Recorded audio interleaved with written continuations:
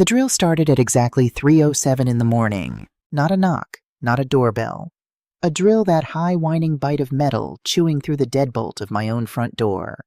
It came up through the floorboards and into the frame of my bed, and I lay there in the dark and listened to it the way you'd listen to rain against a window. Calm, unhurried, like it had nothing to do with me at all. I didn't move for a long moment. I just looked up at the ceiling I'd stared at for 35 years. The little water stain shaped like Georgia, the crack in the plaster Walter always meant to fix and never did. And I let that sound settle into me without giving it any power over me. Then I reached over and picked up my phone off the nightstand next to a cup of tea I'd let go cold hours before. 6 little windows glowed back at me in the dark. 6 camera feeds: living room, kitchen, hallway, back porch, driveway, and the one I'd screwed in above the front light just 8 days before. On that last feed, I could see them plain as day. A young woman in a long wool coat standing on my porch with her arms crossed over her chest, giving orders to 2 men crouched at my lock with a power tool. And beside her, half in shadow hanging back by the rail, a man I did not know. A man I had never once invited into my life. But her I knew. I would know that girl in a crowd of 10,000. I raised her. I braided her hair before school, and I sat up with her through every fever, and I cried harder at her high school graduation than I ever did at my own daughter's. 26 years old now, standing on my porch at 3 o'clock in the morning, waiting on 2 strangers to drill me out of the only home I have left in this world. And I didn't cry. I want you to hear that part because it matters. I didn't cry, and I didn't shake, and I did not pick up that phone to call for help. I whispered one thing into the dark, just to the empty room, just to myself. 3 weeks I've been waiting for you to knock on that door, baby. I just never thought you'd bring him. Now, before I tell you how a grandmother ends up lying still in the dark while her own grandchild breaks into her home, let me stop right here. Because I know how these stories go, and I know you're out there listening to me right now. Maybe you're folding laundry. Maybe you're driving somewhere with the road empty in front of you. Maybe you're lying awake in the dark the way I was. Wherever you are, I would truly love to know. Drop me a comment and tell me where you're listening from and what time it is in your corner of the world. And if something in an old woman's voice already has you leaning in, then go on and tap that like button and share this with somebody who needs to hear it, and subscribe. Because I promise you, on everything I have left, you have not even begun to guess what was waiting inside those walls. All right, let me take you back. 4 months back to a spring where I still believed I was the safest woman in the state of Georgia. My name is Olivia Grant. I'm 68 years old, and for 34 of those years, I was an intensive care nurse at a hospital right here in Atlanta. 34 years of night shifts. 34 years of holding hands that were letting go of this world. 34 years of reading a monitor before it ever thought about alarming, of knowing, just knowing deep in my gut when a body was fixing to turn on us because I had learned to see the small things. The color coming up under a fingernail. The half-second hitch in a breath that the machines hadn't caught yet. The way fear moves across a person's face a full minute before they even understand they're afraid. In the ICU, the ones who slip away quiet in the night are the ones nobody was watching closely enough. So I learned to watch closely. I learned it so deep and so long that it stopped being a skill and became the actual shape of who I am. I can't turn it off. I've never been able to turn it off. I'm telling you this now at the very start because it matters more than anything else in this whole story. So remember it for me. Remember that whatever else they thought about the old woman had spent her whole life learning to see the thing before it finished happening. My house sits up in Cascade Heights on a quiet street where the dogwoods come out white every April like the whole block got dressed for church. 2 stories red brick with a wide front porch my husband Walter built with his own 2 hands the summer of our 10th anniversary. We bought that house in 1989 for a number that would make you laugh out loud today. And we paid off every penny of it one night shift at a time, one double at a time, one skipped vacation at a time. Last year, a realtor slipped a card in my mailbox and told me my house was worth $480,000. I threw that card in the trash. A house like mine is not worth a number. It's worth every Christmas morning that ever happened inside it. It's worth the pencil marks on the kitchen door frame where I measured 2 children growing up. You can't put that on a card. Walter passed 4 years ago. His heart and his sleep gone before the ambulance even made the turn onto our street. I'd spent 34 years keeping perfect strangers alive with these 2 hands, and I couldn't keep my own husband breathing in my own bed 6 inches away from me. I don't tell you that for your pity. I tell you because grief teaches you a thing the young ones haven't learned yet, that you can lose the single biggest thing in your whole life, and then you can get up the next morning and make yourself a pot of coffee anyway. The body just keeps on going. It is the cruelest thing and the greatest mercy God ever built into us both at the very same time. But I was not alone. I need you to understand that. Even after Walter, I was never truly alone because I had Simone. Let me tell you about my Simone. 17 years ago, I lost my daughter, Renee. My baby girl, my firstborn, gone at 29 years old from something that had been hunting her down since she was a teenager, and finally caught her. I won't dress it up pretty for you, because she deserves better than a pretty lie. It was drugs. It was long and it was ugly, and it broke every single bone in my heart that a heart doesn't officially have. And Renee left behind a little girl, 9 years old. Big serious eyes, and Renee's exact laugh, that same laugh I mean identical, coming out of a body half the size. Simone. So I did what a grandmother does. I raised her. 51 years old, freshly widowed of half my joy. No, that's not right. Walter was still with me then. I had him another 13 years, thank the Lord, but freshly broken by burying a child still pulling shifts on the hospital floor, and I raised that baby girl like she was my own second chance at everything I'd failed the first time. And in a whole lot of ways, she was my second chance. She was the reason I got out of bed on the mornings the grief tried to keep me in it. She was Renee come back to me growing up all over again right there at my kitchen table doing her long division while I stirred the pot. That child is Renee grown back up out of the ashes. I used to tell my friend Loretta from 3 doors down. And Lord help me, I believed it with my whole chest. Simone grew up smart as a whip. She grew up kind too, or I thought she did, and that right there is a sentence I'm going to have to make peace with for the rest of my natural life. She went off to college and studied to be a paralegal, and she landed herself a good job at a real estate firm downtown, all glass and important-looking people. And by this past spring, she was 26 years old, poised and polished, and she came to see her old gran every single week without ever once missing. She'd let herself in with her own key, calling out down the hall, "Gran, it's me," and the whole house would warm up just from the sound. She'd cook for me. She'd sit with me and watch my shows and let me talk too long about people she'd never met. And she'd take care of things. "Gran, let me handle the paperwork," she'd say, and she'd scoop up the whole stack of mail off my kitchen counter before I'd even had the chance to sort through it. "You've got no business up here squinting at these bills and these statements. I'll bundle it all up nice and keep it neat for you. That's what I'm here for. That's what family's for." And I'd let her. Of course I let her. What kind of grandmother wouldn't count herself blessed for that? I'd hand over my mail like it was the most natural thing in all the world, and I'd feel the Lord had been good to me. Blessed to have raised a girl who grew into a woman who wanted to carry her old grandmother's load for her so those tired eyes wouldn't have to. I hand her my mail. Every week I hand her my mail. Remember that. I'm going to ask you to remember a whole lot of small things in this story, and that's the only way you'll ever see it, the way I couldn't see it, the way it was sitting there in plain sight the entire time. Now around that same season, my son got himself married. Andre is my younger child, my quiet one. 42 years old now, and always with his head down in his work. He's a good man, but a far one the kind of son who loves his mother by fixing her gutters twice a year, and then forgetting to call in all the months between. That spring, Andre married a woman named Vanessa, an accountant. Precise the way accountants are, with a steady, straight-on way of looking at you that some folks find downright rude on first meeting. And I'll be honest with you, the way I've been honest so far, I did not warm to Vanessa. Not one bit. Not at first.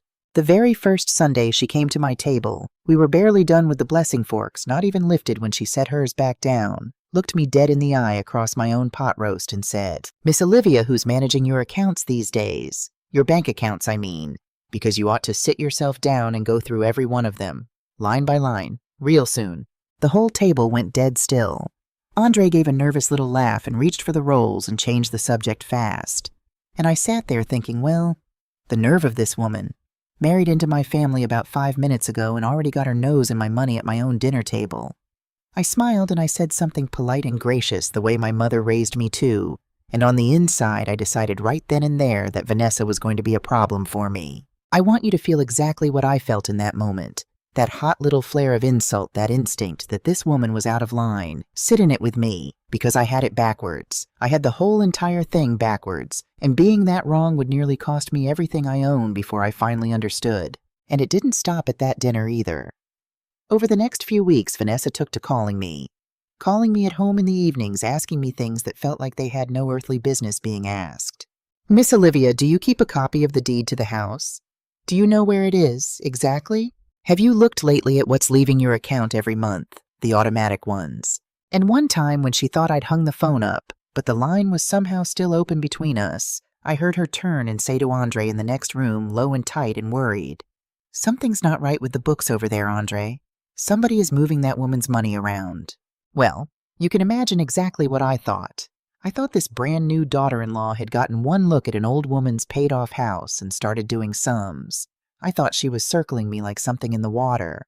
And every last instinct I had built up over 34 years of watching for the thing about to go wrong, every one of them pointed straight and sure at Vanessa. And Simone, my sweet, devoted Simone, she only ever confirmed it for me. "Gran, I don't want to speak ill of Andre's new wife, I really don't," she said one evening, standing at my stove, stirring a pot, not even turning around to look at me.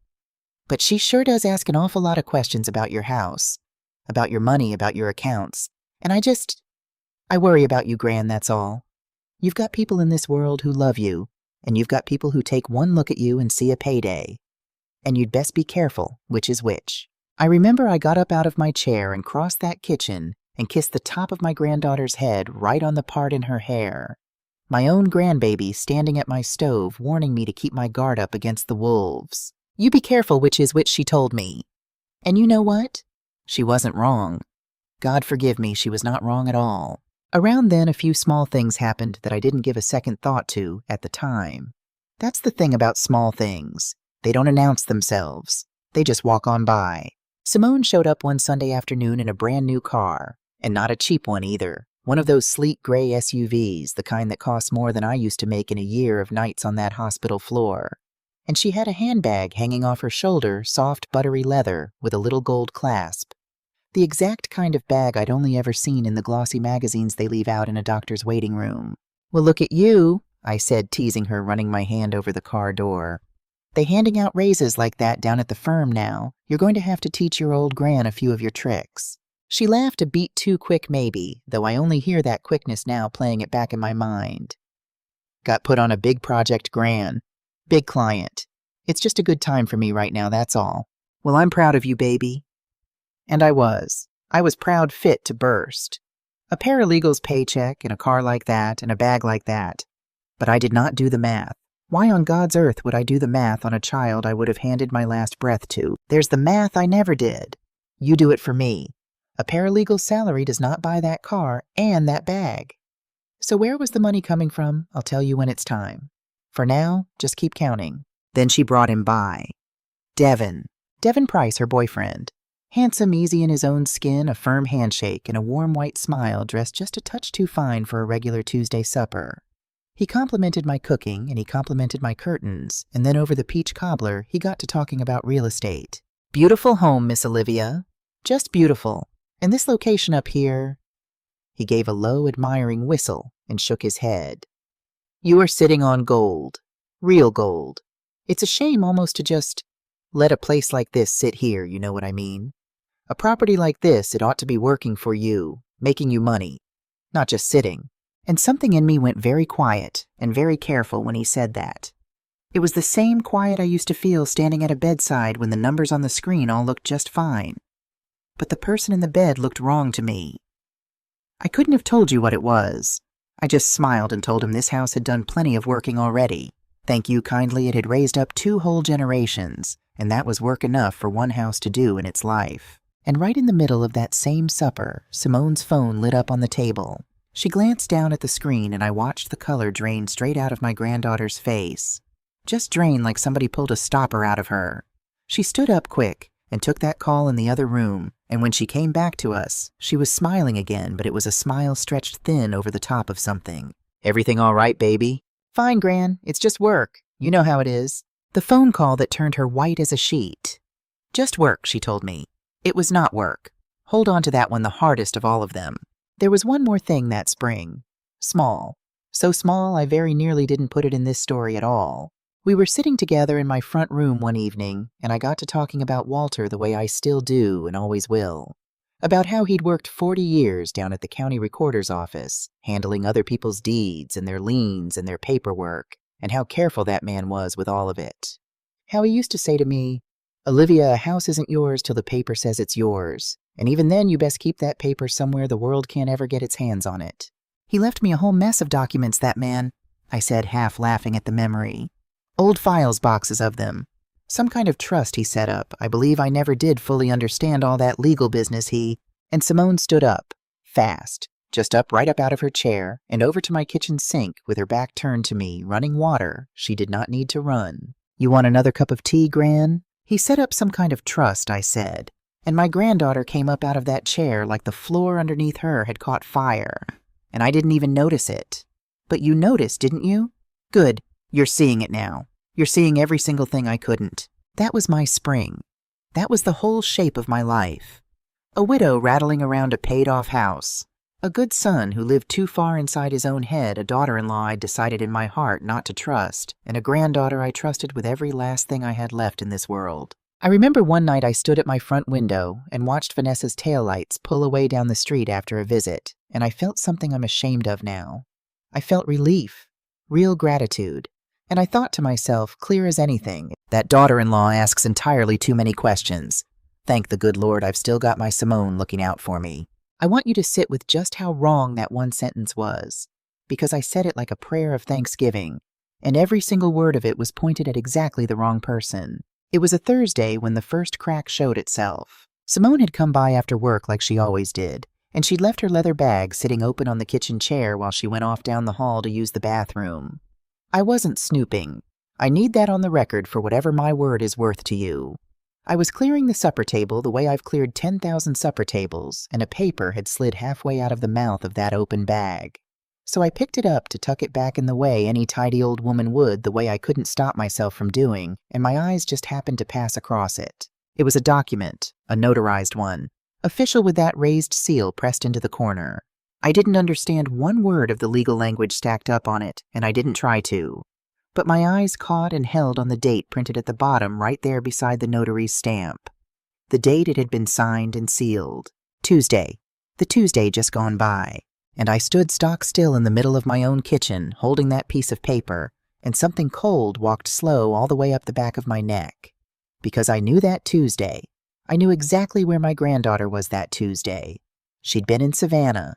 On business for the firm, she'd told me. She had even texted me a photograph of it, the ocean gray and pretty under a cloudy sky with a sweet little message underneath. "Wish you were here, Gran." I had saved that photograph. I had shown it to Loretta over coffee and bragged on my granddaughter off traveling for her important job. Simone was in Savannah that Tuesday, 250 miles down the road, standing on a beach looking out at the ocean. So whose hand got that document signed and notarized right here in Atlanta? On the very same Tuesday, my granddaughter swore up and down she was 4 hours away, staring at the sea. I heard the bathroom door open down the hall, and I did a thing I still don't fully understand to this day. I slid that paper right back down into the mouth of her bag exactly the way I'd found it, corner for corner, like it had never been touched. I set the bag back on the chair at the same angle, and by the time Simone came around the corner into my kitchen, I was standing at the sink with both my hands down in the dishwater, humming an old hymn under my breath. My back turned square to her the very same way she had stood at that very same sink the night I'd mentioned Walter's papers. "You okay, Gran? You're looking tired tonight." "Just an old woman at the end of a long day, baby," I said. And I turned around and I smiled at her. And my smile did not shake, not one muscle of it. But something down inside me had gone still and cold and wide awake. That old ICU stillness, the one that comes over you in the half-second right before the alarm finally starts to scream. For 17 years, I had been standing guard at the wrong door. 17 years I'd braced myself against strangers, against wolves, against the sharp-eyed daughter-in-law with her rude questions about my money. 17 years watching the yard for something coming up the walk. And it had never once occurred to me, not in all that time, not for a single solitary second, that the danger might already be inside my house, that it might have been inside it all along, that it might have my dead daughter's laugh, that it might call me Gran. I didn't confront her. And I need you to understand exactly why, because it's the whole reason I'm still sitting in my house today instead of out on the curb. When a monitor starts to drift in the ICU, the very worst thing a young frightened nurse can do is panic and go grabbing at the patient. You'll go chasing the loud alarm and miss the quiet thing that's actually killing them. So you don't grab. You wait. You watch. You gather up what is actually happening in front of you before you lift a single finger to act. 34 years drilled that into me, and 34 years does not just pack up and leave a woman because her heart is breaking clean in half. So I did the only thing I knew how to do. I gathered. I started with my own mail. That same mail my sweet Simone had been so lovingly bundling up and keeping neat for me all this time. Except now, standing in the cold light of that Thursday, I understood something I hadn't let myself understand before. A person who controls what mail you see controls what you know. She hadn't been sparing my tired eyes. She'd been building me a little room with no windows and walking me into it one kind gesture at a time. So I went down to the Zank in person. On a Tuesday morning, while she was safe at work downtown, I drove myself to the branch, and I asked a nice young teller to please print me out every single statement from the last 6 months. Every one. Then I sat in my car in that parking lot, and I read them, line by line, the exact way Vanessa had told me to months back at my own supper table when I decided in my pride that she was the enemy. And there it was. Every single month, regular as a heartbeat, $1,200 leaving my account. The memo line said the same 3 words every time. Management fee. Paid out to something called Green Laurel Holdings, LLC. $1,200 a month, month after month after month, drawn straight out of the accounts that Walter and I had filled up one double shift at a time, one skipped Christmas at a time. And I had never heard the name Green Laurel Holdings in my entire life. I sat with that number a long, long time in that parking lot with the engine ticking as it cooled. $1,200 a month. A brand new gray SUV. A buttery leather bag with a little gold clasp. I did the math this time. God help me. I finally sat there and did the math I'd refused to do, and the math came out to a place I did not want to go. That evening my phone rang, and it was Vanessa. 4 months before, I would have let it ring on through to the voicemail and never called her back. This time I answered on the very first ring. And for the first time since the day I met that woman, I did not sit there waiting for my turn to be offended. I actually listened. "Miss Olivia," she said, and her voice was careful, like she was testing each word before she put her weight on it like a person walking out onto ice. "I need to say something to you, and I need you to please not hang up on me this time. I do books for my living. It's what I'm good at. And I have been seeing things in your finances for months now that do not add up. Money going out to a company I can't trace. Paperwork getting filed against your name that you never once mentioned to a soul. I have been trying and trying to warn you. I know," I said, and my voice came out quieter than I meant it to. "I know you have Vanessa." There was a long silence on the line. I think the sound of me agreeing with her surprised her more than anything.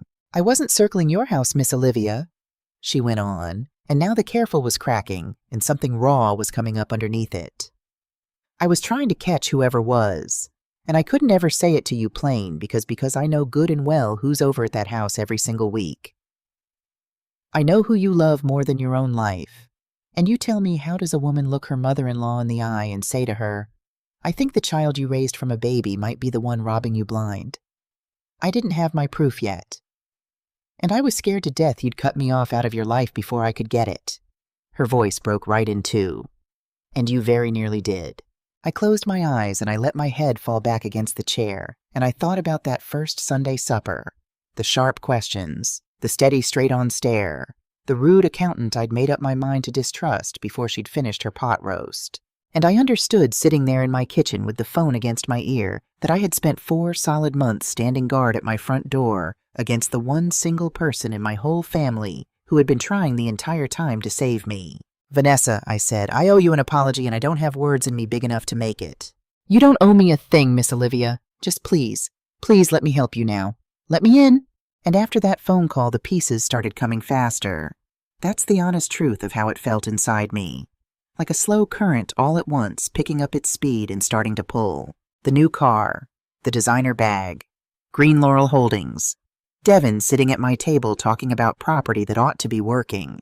The phone call that turned my granddaughter white as bone. The way she came up out of that chair like it burned her the second I said the word trust. A notarized document dated to a Tuesday she swore on her mother's memory she had spent in Savannah staring at the sea. Each one of those things standing there all on its own was nothing at all. A coincidence. An old woman's tired imagination running away with her in the dark. But all of them together, laid side by side, they were a shape. And I had spent my whole entire life learning how to see a shape before it ever finished forming itself. There was one more piece, and it was the one that turned my blood to ice water. Loretta, my friend from 3 doors down, came by that same week for coffee, and she was strange with me. Careful, gentle in a way that had a terrible softness in it, a way that felt too much like pity. And finally she reached across my own kitchen table and took my hand in both of hers, and she said, "Olivia, honey, I've got to ask you something, and don't you get upset with me. Are you doing all right? Up here?" And she reached up and touched her own temple with one finger.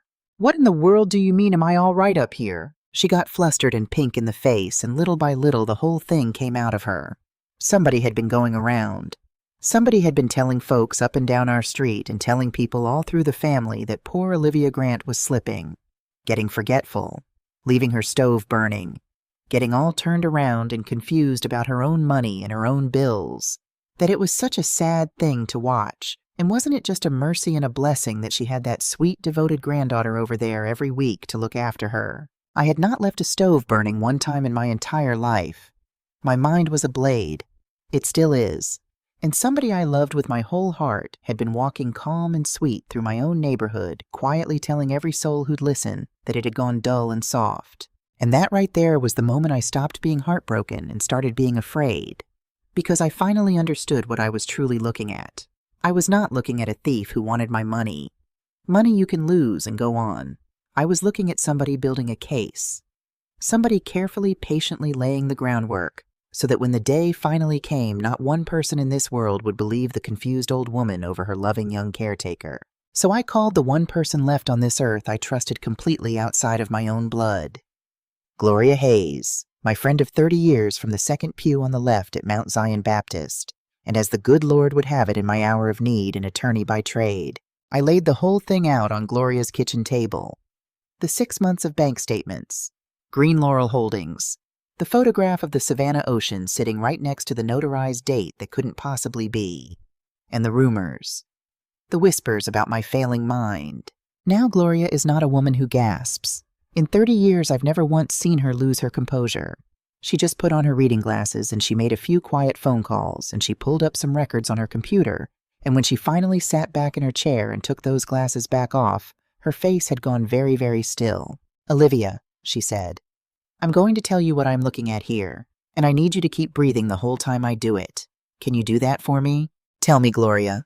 Green Laurel Holdings, that company pulling $1,200 a month out of you, it's registered to a man named Devin Price, and the managing member listed on it. The person named to run the whole thing day to day." She paused and she reached across that table and took my hand the exact way I had taken so many frightened hands across so many hospital beds as Simone's. I heard her. I heard every single word she said, and I understood all of them. And still I heard my own voice come out of my mouth and say that again to me, Gloria. "The company that has been draining your accounts belongs to your granddaughter and that boyfriend of hers. And Olivia, there is more. There is a power of attorney on file, a legal document handing the two of them authority over your affairs, and it has got your signature down at the bottom of it." She looked at me hard over the table. "Olivia, did you ever one time sign such a thing?" "Never in my life." "No, I didn't believe you had, because that signature is a forgery, and the notary stamp sitting next to it doesn't match any registered notary anywhere in the state of Georgia. That right there is fraud. That is a crime, plain and simple." She set her glasses down on the table between us. "But here is the part I need you to hear more than anything else I've said, because this is the truly dangerous part, and it is not what you think it is. Your house, and I'll show you how later, I promise you, your house has got more protection on it than either one of them knows about. They can forge your name on paper all the livelong day, and they still cannot just take this house from you. So they've had to go and build themselves a different door in." "Oh, what door, Gloria? What are you telling me?" "You, Olivia. You are the door. To get past the protection on that house, they have got to walk into a courtroom, stand up in front of a judge, and prove that you cannot manage your own life anymore, that your mind is gone, that you are," and she said the word so gently, "senile." And if they can get a judge to believe that about you, then the court hands them the legal right to control everything you own. Everything. With a judge's own signature blessing it. And at that point, Olivia, there is not a lock on God's green earth that keeps those two people out of your house. She held my eyes across that table, and she did not let them go. That is what all those rumors are for. It isn't gossip. It is not neighbors being unkind. It is evidence. It is being manufactured against you right now, brick by brick. This entire thing, the money, the paperwork, the whispers, all of it, this whole thing turns on one single question. Is Olivia Grant of sound mind? That's the ball game. That's all of it. And I sat there in Gloria Hayes's kitchen, 68 years old, with my whole life laid out on the table in front of me, and I understood at last that the fight for my home was never going to be fought over a deed or a signature or a dollar. It was going to be fought over my own mind, and the child building the whole case against that mind, the child telling my whole town that Gran had gone soft in the head, was the child I had personally taught to read. At that very kitchen table 17 years before, I had to know, not suspect it, know it. Bone deep, no doubt left in me. I had spent an entire career refusing to call a thing before I was dead certain of it, and I was not about to condemn my dead daughter's only child on the strength of a stack of paper, no matter how black and white that paper looked to me. I owed Renee that much. I owed Simone that much. I had to see it with my own two eyes. So Gloria and I made ourselves a plan. And part of that plan was a small cardboard box from an electronics store set up for me one afternoon by a patient young man in a blue vest who didn't ask me a single question about why a grandmother needed what I was buying. 6 cameras, living room, kitchen, hallway, front porch, driveway, and one more pointed straight at the wall of Walter's old study. Wireless, the young man told me. Streams right to your phone, ma'am. Records it all. Picture and sound both. And then I told my family, all of them, that I was going to go spend a few quiet days out in Macon with an old friend of mine from nursing school. I said it right out loud in my own kitchen with Simone standing not 4 feet away from me. And I watched something move behind my granddaughter's eyes when I said it. Something quick and calculating and cold there and gone in half a second. And it took everything I had left in me to keep my own face soft and to not let her see that I had seen it. I did not go to Macon. I parked my car 3 streets over in Loretta's driveway. I walked back through the neighbors' dark backyards on my own 2 feet, and I let myself in through my own back door, and I sat down in the one single room of my house that did not have a camera in it, my own bedroom, the room where Walter died with the door cracked an inch, and my phone in my hand, and those 6 little windows glowing at me in the dark. The first whole day there was nothing. I ate saltine crackers in the dark, and I drank water at room temperature, and I watched my own empty house on a telephone screen, and I prayed. I prayed harder than I've prayed in years. Let me be wrong, Lord. Let me be a foolish, paranoid old fool who wasted good money on cameras. Let me have to sit across from that girl at Sunday supper and feel ashamed of myself for what I thought about her. I will take that, Lord. I will take that gladly. Just let me be wrong. The second day at 2:15 in the afternoon, the driveway camera lit up bright on my screen. Her car, that gray SUV pulling up my own drive. And I watched my Simone come walking up my own front walk with her own key in her hand, and Devin Price right there behind her. And I watched the two of them let themselves into my empty house like they already held the deed to it in their pocket. And I turned the volume up on that little phone with a hand that had gone completely cold and steady. They walked through my rooms. My rooms. Devin was talking numbers the whole time, comps and listings, and what the lot alone would clear at auction once the house was cleared out. Simone had gone quiet. She was drifting along my mantel, trailing her fingers past the framed photographs the very same way she used to do it, as a little girl, standing on her tiptoes to see. And then Devin said something I couldn't quite catch, something with a low laugh riding underneath it. Something that sounded like, "You sure you're all right doing this to the old lady?" And my granddaughter stopped. She stopped right there at the mantel, and she picked up one photograph in particular and looked down at it. A long moment I found out after it was the one of the two of us at her graduation, me crying my eyes out, her laughing at me for it, and she said it. Quiet, flat, not cruel even, which was so much worse than cruel. She owes me this house. She let my mother die. I'm just taking back what was always supposed to be mine. I set the phone down slow in my lap. I did not make one sound. Somewhere in the house, the furnace clicked on and began to hum. Outside on the street, a car rolled by. My own breath went in, and it went out, and it went in again. She let my mother die. 17 years. 17 years I raised that child up from a heartbroken little girl of 9.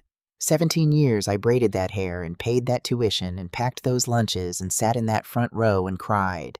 And in every single day of all of it, in all that love, she had been carrying that one sentence around inside her chest like a stone she never set down.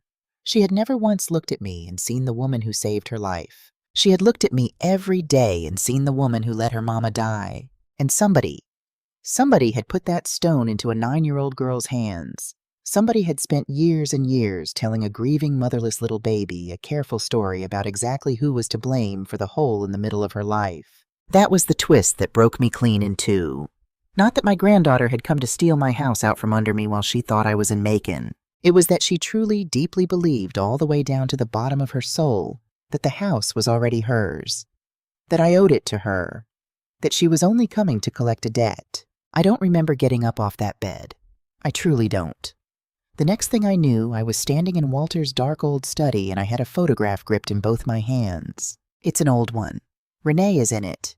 Barely 20 years old and thin, too thin. I can see it now. I can always see it now, but smiling one of the good stretches, one of the times we let ourselves believe it might turn out all right. And she's holding a baby, Simone, just days old, all wrapped up tight, nothing showing but a scrunched up little face and one tiny fist thrown up beside her cheek. And Renee is looking down into that baby's face like the child is the only light left in the whole dark world. I held that picture in the dark and I talked to it, to my dead daughter, to the two of them the way grief makes an old woman foolish enough to do. Baby, I whispered down to Renee, I have kept a secret for 17 years to protect your little girl. I buried it down so deep I truly believed it could never climb back up and hurt anybody ever again. I did it for love. I swear before God I did the whole thing for love. And standing there and in that dark room, I understood the terrible thing I had done with all of that love. Because the truth about how Renee really died, the whole true story of it, the one I had swallowed down and carried alone for 17 years so that one motherless child would never have to carry it too, that truth was the only thing on this earth that could ever have shown Simone she'd been lied to. It was the antidote, and I had it. I'd had it the whole time, and I locked it away in the dark to protect her from the pain of it. And in protecting her from that pain, I had left her wide open and defenseless against the lie. I had left a great empty room standing open inside that child. And someone had walked right into that open room and filled it up to the ceiling with poison. And I never even knew the door was there. I never knew I'd left it standing open. The thing I hid to save her, I said out loud to the photograph to the dark, to my Walter, to my Renee, to my God, is the very thing that's killing us both. And I did not cry for the house. I want you to know that before I go on. Not one single tear did I shed for $480,000 of brick and memory. Let them have it, I thought.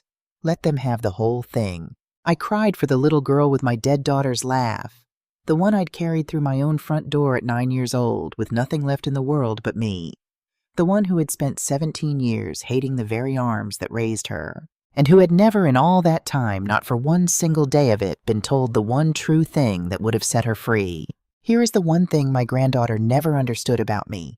It's the same thing Devin never understood, and it is the exact thing that saved my life and my home. They both thought I was the patient. I had spent 34 years being the nurse. I did not scream. I did not call up Simone and cry down the telephone at her. A frightened, helpless old woman would have done that. And a frightened, helpless old woman was precisely what the two of them needed me to be for their whole plan to work. It was the load-bearing wall of the entire thing, so I gave them the exact opposite of what they needed.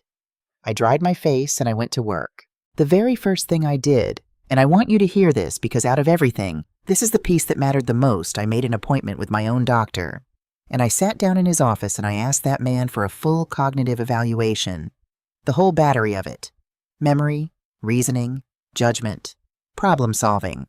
All of it done properly, scored properly by a professional, signed, dated, and locked into my permanent medical record. You understand now why I did it. They were out there in the world telling every soul who'd listen that Olivia Grant had lost her mind. So Olivia Grant walked herself into a doctor's office of her own free will and had her mind measured out by an expert and written down in permanent ink. And I passed that test like a woman half my age. Gloria told me later it was the single most important piece of paper in the entire fight. Every rumor those two had planted in the ground, I had just poured salt over the whole crop of it. Then Gloria and I sealed up the trust tight as a drum. and I sat down across a scarred wooden desk from a detective named Rosa Alvarez, a woman who spent her whole career working cases exactly like mine, older folks getting robbed blind by the very people standing closest to them. And I handed her everything I had. The 6 months of bank statements, the forged power of attorney with a signature on it that was not mine and never had been, the notary stamp that belonged to no living notary in Georgia, and the footage. All of it. Detective Alvarez sat there and watched my granddaughter stand at my own mantel and say the words she let my mother die. And then she looked up at me across that desk, and there was something soft and something terrible fighting in her face, and she said, "Miss Grant, I am so sorry, and I need you to know you did every single thing right. That was yesterday. If you've been wondering this whole time what I meant at the very start about the quiet thing I'd done the day before, well, that was it. I had sat in a police station and handed over the evidence and helped that detective set the trap. And then I had driven myself home and made myself a cup of tea and gone to bed, and waited for the drill. But before any of that, before the doctor, before the detective, there was the wall. I kept turning Walter's words over and over in my mind. A house isn't yours till the paper says so. And even then you best keep the paper somewhere the world can't get its hands on it. And I kept seeing Simone come up out of that chair like it had scalded her the evening I mentioned his old files. And I thought to myself, that child knows something about Walter's papers that I don't. She's afraid of something in this house. So I went into Walter's old study and I got down on my knees and I ran my hands along the wood paneling the same slow way I'd watched that man do it 100 times over the years, never once thinking to ask him why. And behind one section of paneling down beside the bookshelf, there was a little door I had plumb forgotten ever existed. And behind that little door sat a small steel safe. Inside it was a folder, and inside that folder was a living trust. Drawn up, signed, witnessed, and legally filed in the year 2008, the year right after we put Renee in the ground. Walter, drowning in the very same grief I was drowning in, had gone and done the most Walter thing a man could possibly do with his sorrow. He had taken our house our whole life and placed it into a trust with me named as the trustee.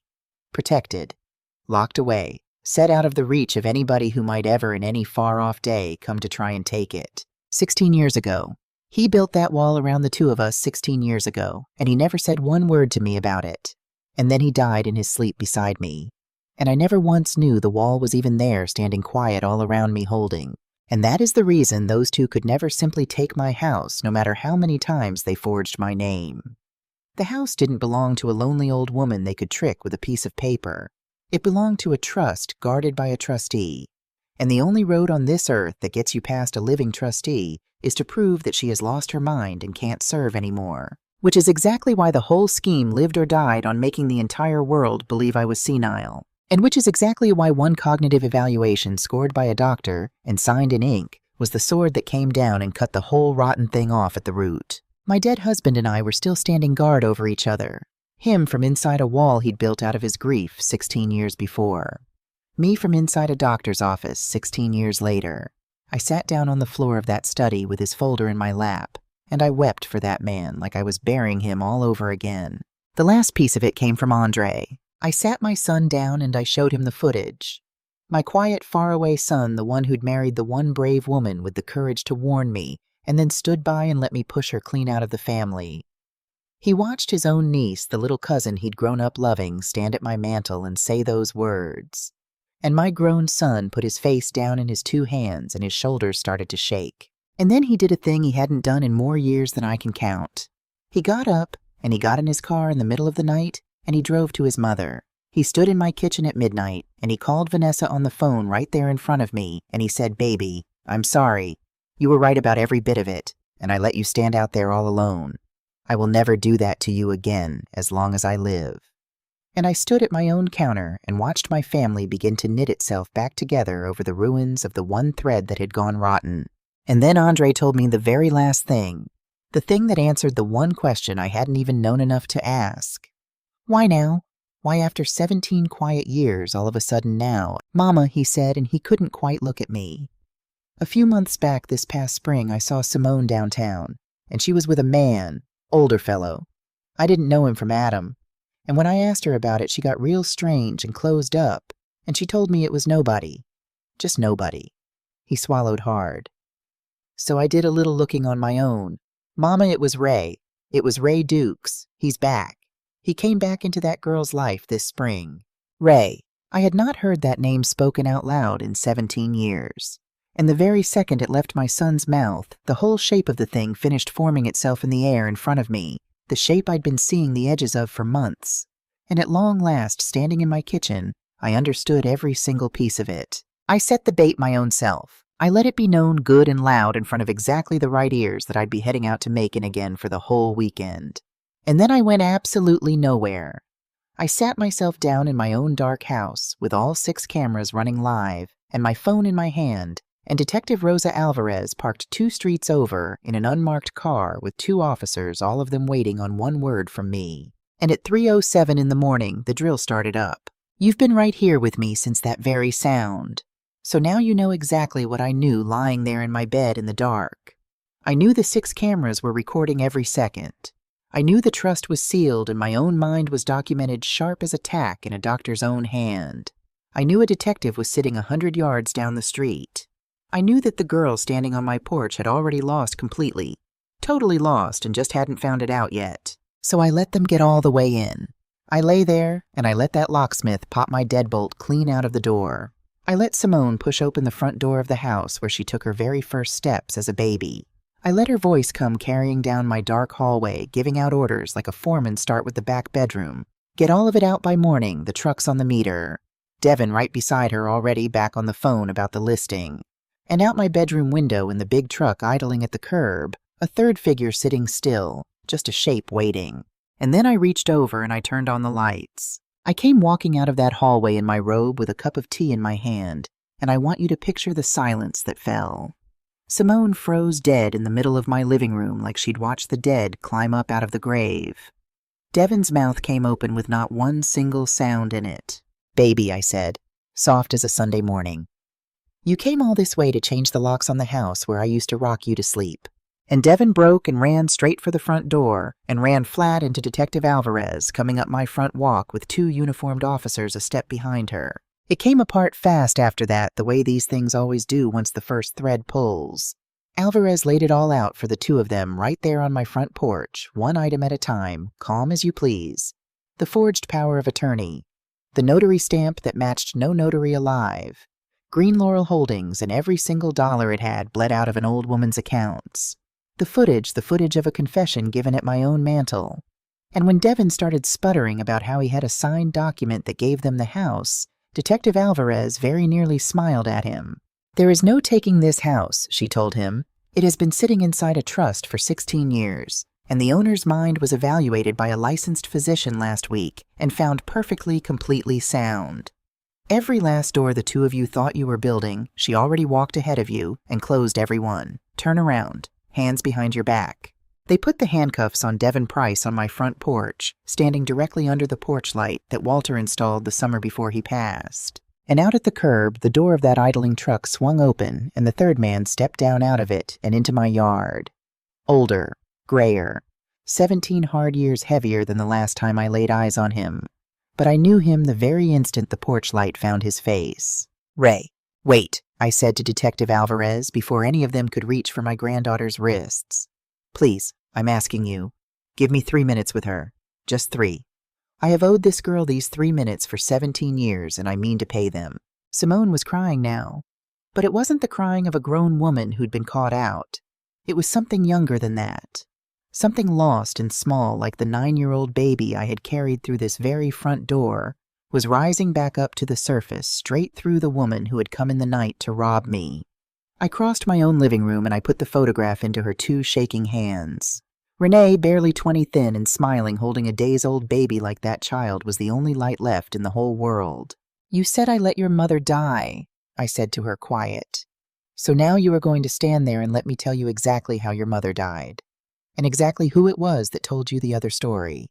And I told her everything. Every last thing I had buried down deep for 17 years to keep a little girl's heart from shattering. I told her that I paid for the last rehab. That last chance. I told her I sold the very first wedding ring Walter ever put on my hand, the little thin one from back before we ever had 2 nickels to rub together. And that I took a second job on top of my nursing cleaning office buildings downtown at night, after my hospital shifts let out on my knees with a bucket at 60 years old, that I begged and I borrowed and I scraped until I had every single dollar it cost to put my Renee somewhere that just might finally save her life. And I told her that her mother walked out of that place on her own 2 feet in the dark the very night before she was due to come home to us clean. And that there was not one thing on God's earth, not one that any of us could have done to hold a grown woman who had already made up her mind to go. And then I told her the last thing, the thing I had guarded with my whole life. The man who told you I let your mama die. The man who sat a grieving little 9-year-old girl down and told her that her own grandmother chose her money over her own daughter's life. And here I turned and I looked out my open front door at the gray man standing in my yard in handcuffs of his very own now. That was your father, Simone. That was Ray. That is the man I put out of this house all those years ago to protect you and your mother from every single thing that he was and is. And I kept it from you. For 17 years, I kept the whole thing locked up inside me so that you would never once have to carry the weight of hating your own daddy. Simone looked down at that photograph of her mother. And then she looked up out the door at Ray. And Ray Dukes, God forgive that man because I am still working on it. Ray could not hold his own daughter's eyes for even 1 second. He came back this spring, I said, and my voice had gone gentle now, all the fight run out of it. And he found the lie he planted in you all those years ago still growing away in there big and strong. And he watered it. And he used it. He turned my baby into a weapon, and he aimed you straight at me, and you never even once knew that you'd been aimed. And she went down. Right down onto my living room floor, folding herself over that picture of her mother, and the sound that tore up out of her was not a criminal's sound, and it was not a grown woman's sound. It was a child's. 17 years of buried grief, all of it coming loose at once, right there on the floor, where she learned to walk. And I got myself down onto that floor with her, 68 years old, both my knees hollering at me the whole way down, and I gathered that girl up in my arms and I held her while she came apart. Not because it was fixed, not because it was all forgiven now, clean and easy the way it happens in the stories people like to tell. It was not fixed.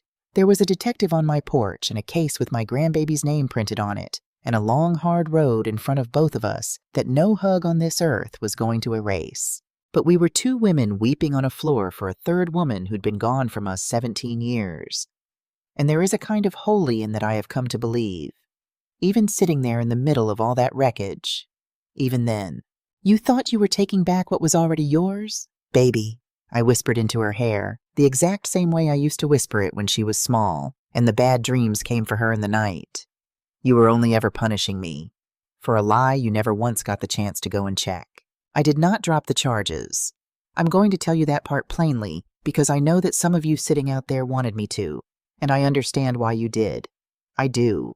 But justice is not a thing you get to bend just because you love somebody. If anything, the loving is the whole reason you don't bend it. So my Simone went and stood before a judge, but I stood up in that courtroom too.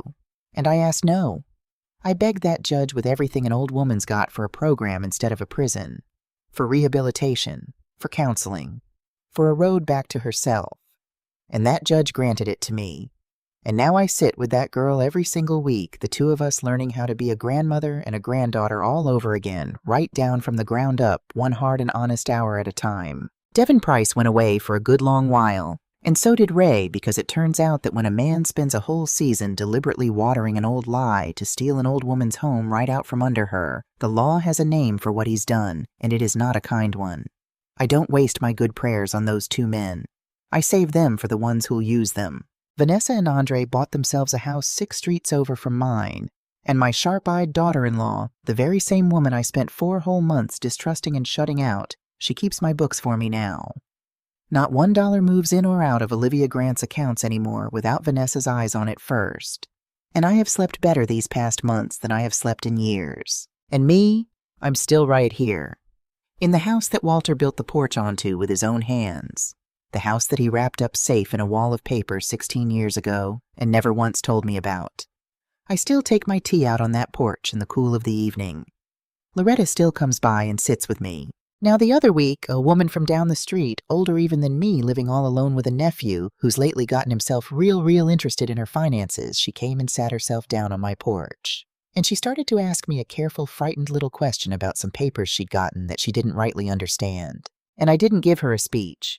I didn't tell her my whole long story. I just poured that woman a cup of hot tea and I leaned on in close and I started to listen. That's all. That is the whole of it. Because here is what I know now sitting on this porch that I did not know at 3:07 that morning in the dark. People think betrayal comes to them wearing a stranger's face. But the thing that very nearly took everything I had in this world wore the face I used to rock to sleep.